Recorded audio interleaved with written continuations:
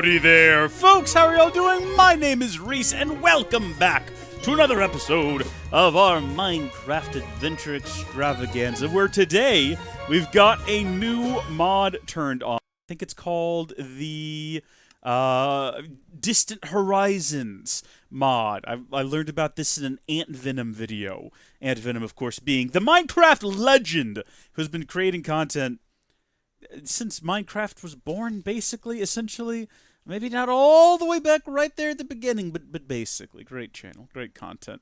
He wasn't even really repping this mod so much as a different one, and then at the end of the video was like, also, this mod exists too, and I was like, I like this. So the way that this works is it uses sort of like, you know, most video games, they will render things up close in higher detail than things far away.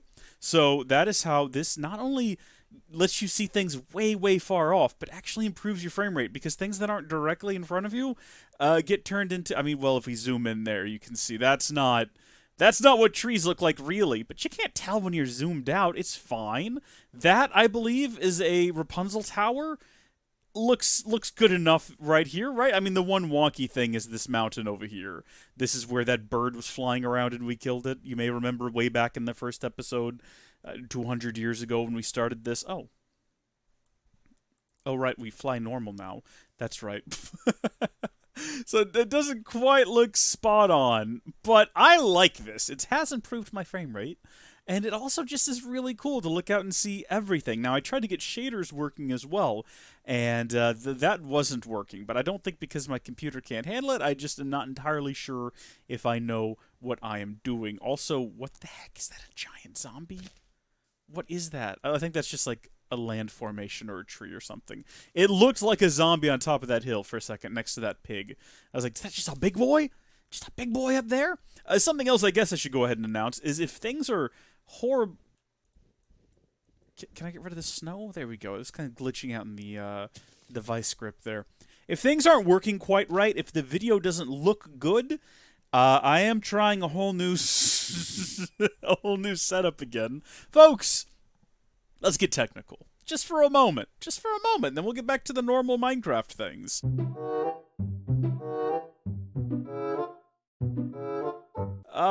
Some of you may remember, a couple months ago, I got myself...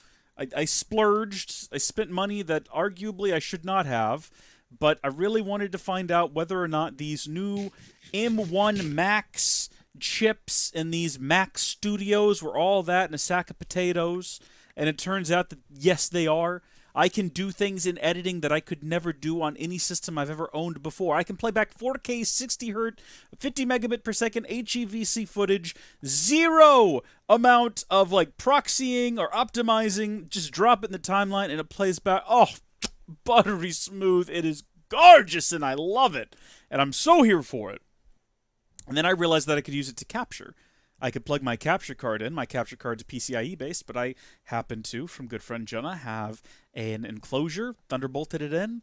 Bada bing, Bob's your uncle. Worked flawlessly. I mean, you've seen the live streams where I had to tune it a bit to figure out how to get it working, but basically could do the same thing as my big old capture PC at a fraction of the power consumption. We're talking, you know, actually, I need to go fight Endermen. I need some Ender Pearls of Wisdom here. So we might as well go do that while I tell this story. At least then we're doing something productive. But yeah, so I mean, I really was looking forward to being able to do that at a fraction of the power, 55 watt maximum. My previous capture PC, it uses 350 watts at idle. So this was arguably a much better decision. There was just only ever one issue with it, which is that I don't think I'm going to be able to fight Enderman. I can't even... Oh my gosh, something is broken. I'm sure it's fine. Oh! Oh! I didn't realize it was going to do the islands as well.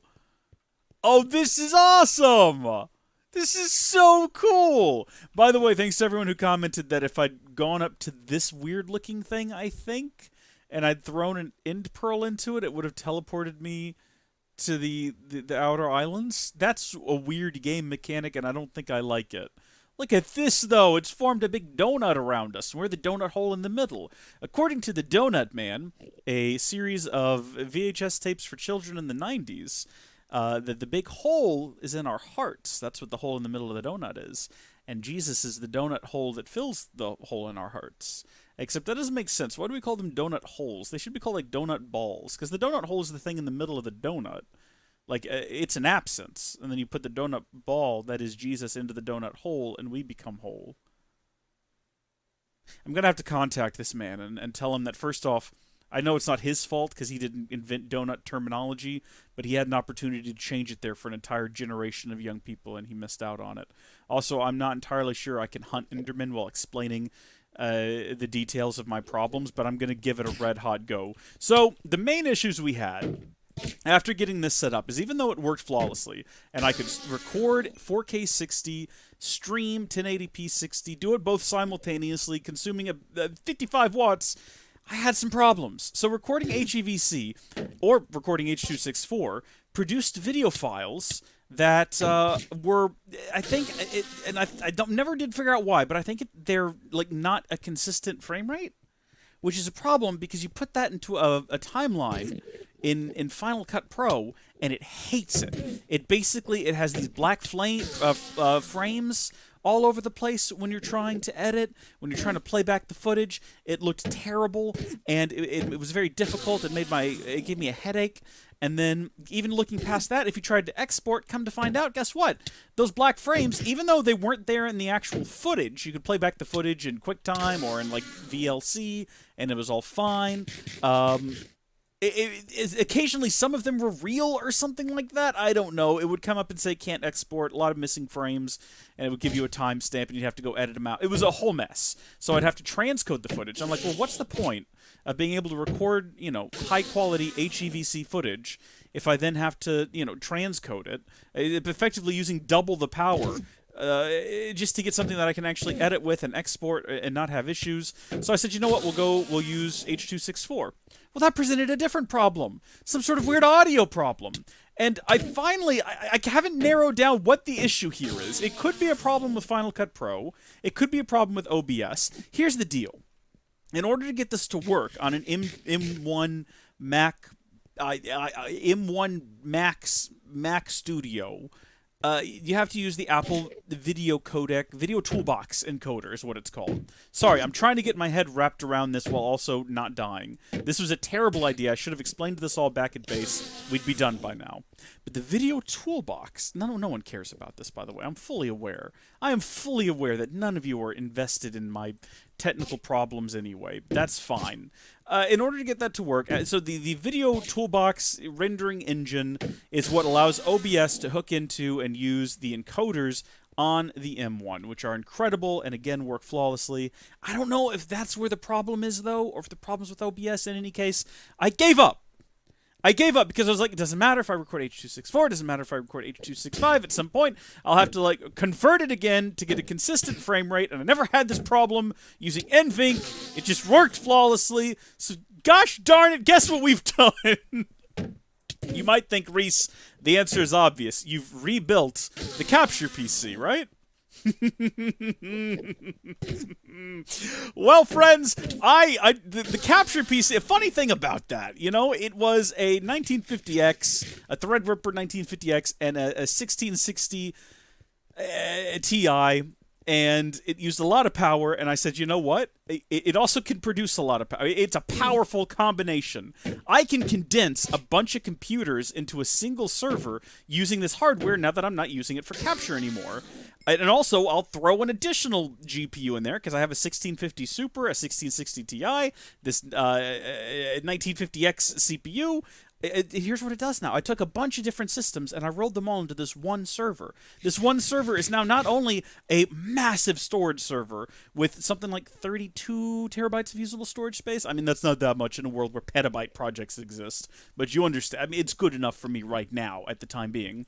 Not only is it that massive file server, but it's also a Plex server, so I can watch all of my movies and TV shows. It's also a TDAR server for network-based transcoding, because sometimes you just want to throw something in a watch folder and know that it's being transcoded and it'll be done, and you can find it. So a TDAR server and node is running on there.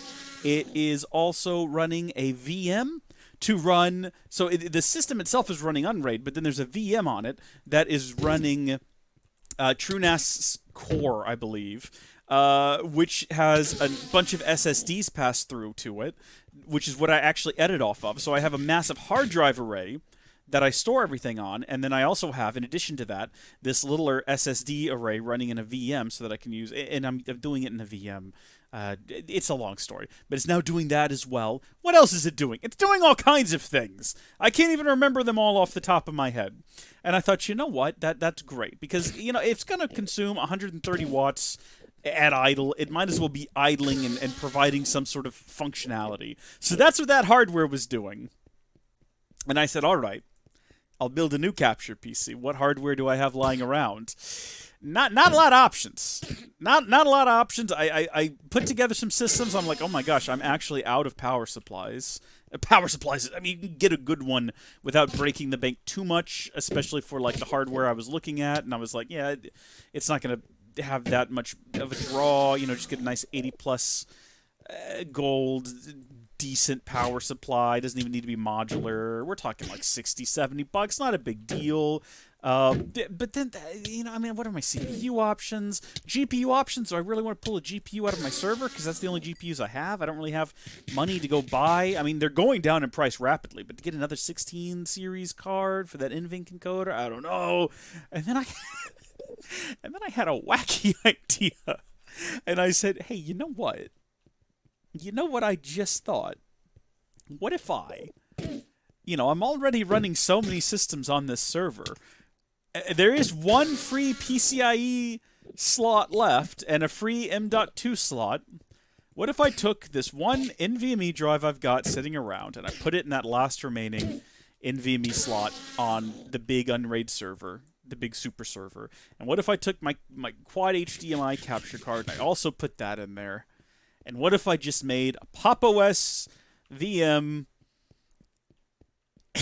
We use that as a capture PC, because if the system's going to be running and idling 24/7 anyway, might as well have a capture PC on it. So I have spent pretty much all day today, from the moment I got home from doing my usual Saturday morning, by the way, it's Saturday, hi, my usual Saturday morning errands around town. From that moment till now, it is 6 o'clock. I have been working for about 8 hours to get to this point. Getting a VM set up, getting all of the cables ran around to the places they need to be, all the various different types of HDMI and USB. And folks, I gotta say, I think it's working. I've done some test captures. I think it's working. I think we're recording glorious 4K 60. We've dropped 20 frames due to rendering lag, but I don't know if that matters because it's not encoding lag. I don't know if that's going to be an issue on the actual recording. But also, that's 20 frames out of 60,000. It's showing up as 0.0%. It might have just been right at the start of the recording. I don't know. Maybe if I do something really silly and I change up what's on screen a lot. No, it's running fine. It's taking longer. It's 9.6 milliseconds to render a frame. The Mac Studio was better, but you know what? I can almost guarantee you, just based on the fact that it's worked in the past, that this footage, this glorious 4K 60 HEVC footage, is going to work just fine. It's gonna be buttery smooth, and I'm gonna be able to just, well, I mean, I'm recording in MKV, so I will have to remux it. But remuxing is literally just copying a file from one container to another. It is the speed of your drives, so it's gonna take 10 seconds to transcode to remux this to MP4, drop it in my timeline, and just start editing it. And hopefully it just works. And if it does, I'll put a little message in there right now telling you it's working. Hopefully there's no weird frame skipping.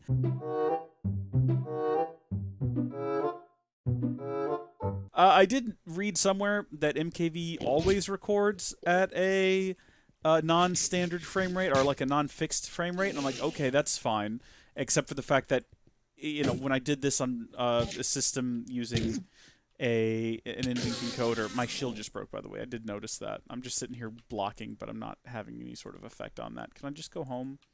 Let me just go home here. That was a fantastic. I don't know. It worked, so I'm expecting it to work. The one variable here is that we're in Pop! OS, and I don't know if that will work. I have no idea.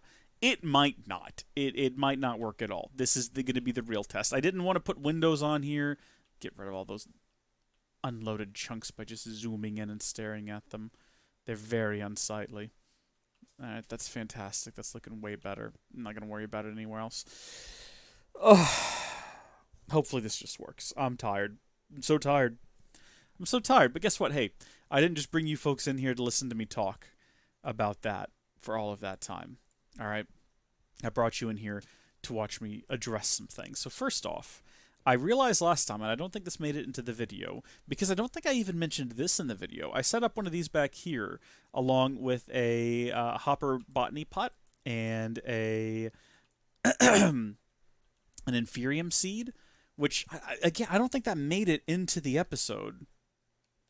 So the inferium seed is just inferium around a regular seed, and I made one of those with what was left of our inferium so we could make more inferium and also get these other goodies out of it. So that's running. But I realized last time, and again, I don't think it made it into the video, that when I take something out of here, so let's say spruce, right? I can take spruce out of here, and it says we've got 40 spruce logs. That's odd, because I know that we have more than that. Why are you being this way? But anyway, let's say, okay, we've got our 64 spruce logs. And now let's say I want to put those spruce logs. Why are they not showing up over here? That's so weird. If I put them back in here, they don't get dropped back into the drawers. And I was like, why is that not working?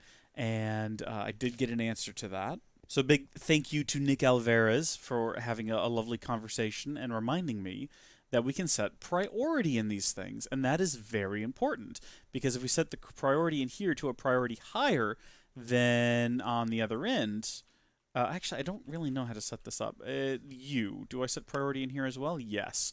So, if we set priority for the drawers to be higher, and the drawers all need to be locked, otherwise it'll just start dropping things into these, which we don't want, into like empty slots. But if we set the priority over here higher, it'll drop things into these. I'm struggling to do words properly. I need to go eat. I need to have a nap. This is probably going to be a short episode. I don't know which is higher, though. Is 0 a higher priority than 1, or is 1 a higher priority than 0? You know what I mean? So let's just go ahead and find out. So if I open this back up, we've set that one over there. Let's see, spruce log. We take that out.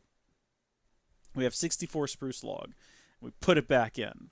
And then that did... Are you spruce or not?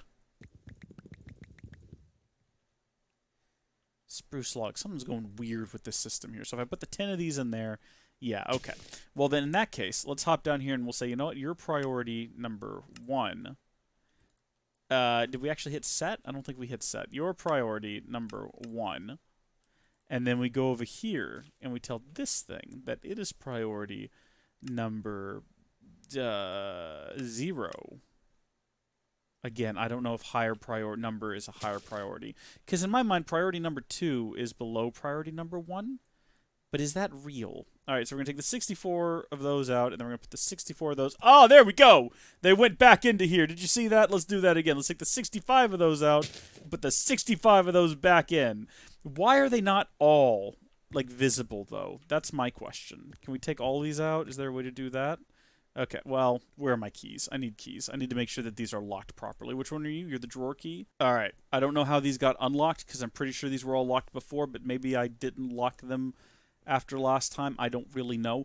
But okay, so now we've got all of these spruce logs, and if we dump them in here, look at that. It stores them back in here. Now, you might be wondering, Rees, why would we want to do that? It's a good question. The reason is we can have these over here with a bunch of upgrades. So if we shift right-click, you can see we've got a bunch of storage upgrade 5s in these, which increases the base storage by 32 times.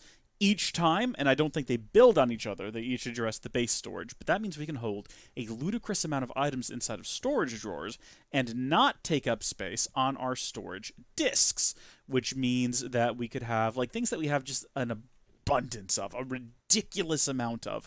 Things like dirt. 1.2 thousand dirt takes up 1.2 thousand kilobytes of storage space inside of these drawers, which is ridiculous, does it? Actually, I think it must take up bytes, not because it's only 32 kilobytes total.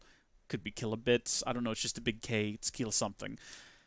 But we could just have that inside of a storage drawer, and it won't take up space in those disks, and we can leave those disks open for other, like, smaller, just stacks of random objects. So you can see how this could be beneficial to us. Alright? Alright, cool. What else did I miss that we need to talk about? You know, something else that I don't think made it into the video is that one of our waste stones that I took to the... Oh, right. Oh, I think these guys got hit by lightning. Bless them. We'll just leave them alone.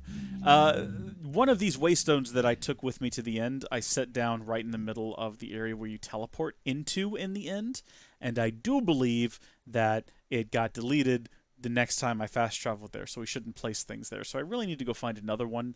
The way that I've found these in the past is just by flying around. I think you can build a waste stone, and in fact, I know that you can.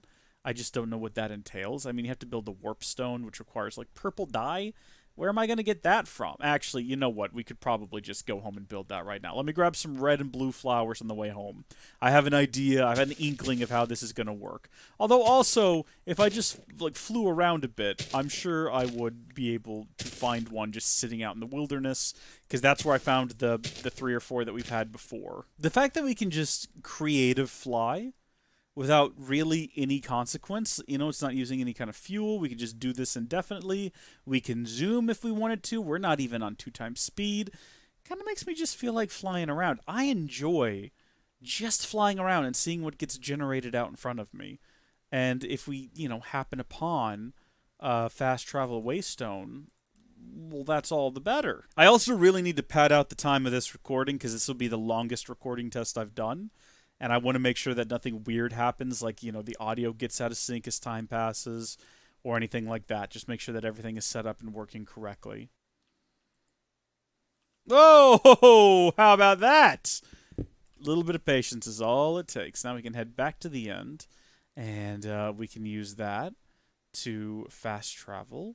Okay, I mean, I could do without the black border everywhere as we fly around. I don't know if there's maybe a way to fix that. I haven't really dialed in a lot of the settings on here yet. So, I mean, once you've kind of stopped and stood in a place for a while, those do tend to go away. Okay, back to the beginning of the end. And then from there, we can just hop on in. And then from there, we can fly up here. And we will put down our waystone maybe... I mean, we probably want to put it closer to the... maybe midway between these 2 points. My thinking being that we might want to be able to quickly reach it from either like teleporting back to this waystone and then jumping through that portal, or getting to this waystone from where we spawn in normally. So maybe like right here, and we'll call it just the end, because that is what it is. I don't know. Do we have any others called the end? Oh gosh, where did it go? Oh, it's up at the top. No, we don't want... we want home at the top. And then maybe we have beginning of the end, and the outer islands. That seems pretty reasonable. And then we could probably just go to all of these cities and steal their waystones, because I honestly don't think I will ever go back to any of them ever again. So, I mean, now that we can fly without a jetpack, we could just zoom to those islands out there. Something that was recommended to me by another commenter was that I go find another elytra, which is actually kind of brilliant, because and their reasoning was if I die, I'll have one to go back and just fly over. I can build another ring and then fly over and collect my stuff again, which is absolutely brilliant and very well reasoned. So I'm probably going to do that. Should be easier now that I can see as far as I can, hopefully, to just happen upon another one. Probably going to end up relying on the... probably going to end up relying on the mini-map a lot. This might be it. This is looking okay, well, the sky is being a little silly, but this looks like it could be the one. This could be... oh, well, it's gone now. I just realized! Oh, we're going too fast. We're going so fast that the game, it has to change from low quality to high quality, and we're getting into an area where it's still low quality before it can do that change. That's nutty. We're getting silly. Okay, you guys, I know you're going to throw yourselves off this boat to get to me. Thank you. Good riddance. If these things hit you, they get your gear, man, and then they become, like, tough as nails. But also, they fell to their death. We're going to leave him alone. He's done really nothing to us other than try to kill us. Oh, gosh. We still don't have a shield. There we go. I'm just here for the elytra, dude. I have no interest in fighting you. You've kind of forced this on me. Got the elytra. Getting all the cool stuff out of the chests as well. It's not what I came here for. I didn't want to kill anyone. I didn't want to kill these weirdos inside of their little...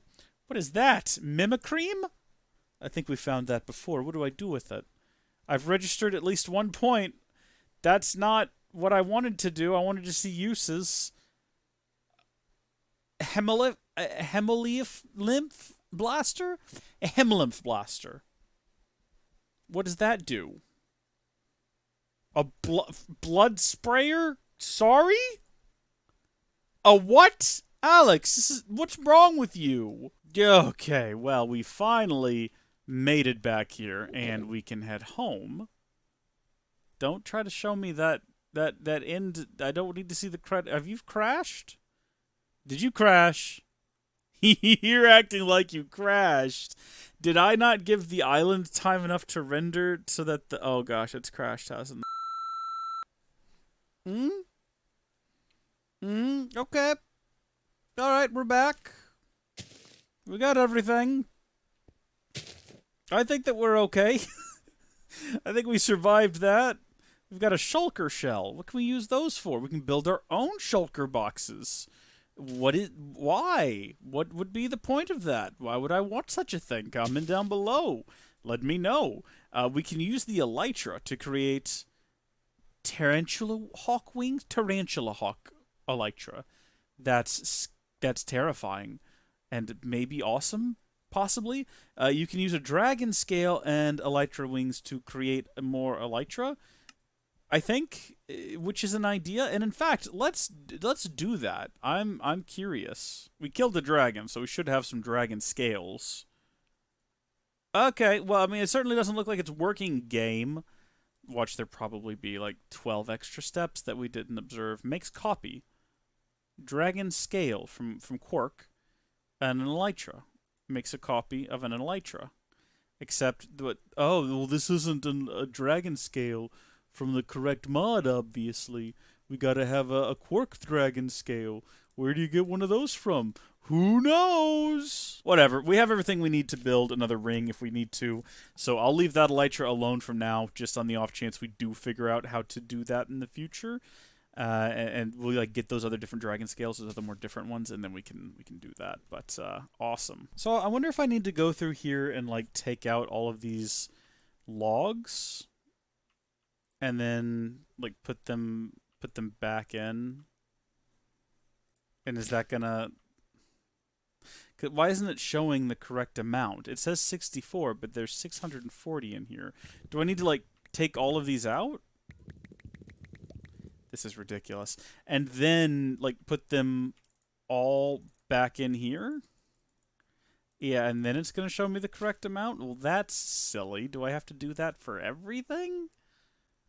Oh, I hate it. I mean, I don't mind it. It's pretty straightforward. It's easy enough to just take all that stuff out and then toss it back in, but don't feel like it should be necessary. Also, let's not do that. So genuinely, folks, as the sun sets on today, I just wanted to take a minute to record a quick video to test and make sure that this new setup is going to work for us, kind of explain what was happening behind the scenes, address some things that were commented in the last video, and when we come back next time, now that we have the ability to fly, we are going to shave off the top of our mountain and build a fortress. So thank you folks for watching. God bless each and every one of you, and I'll see you later. Bye!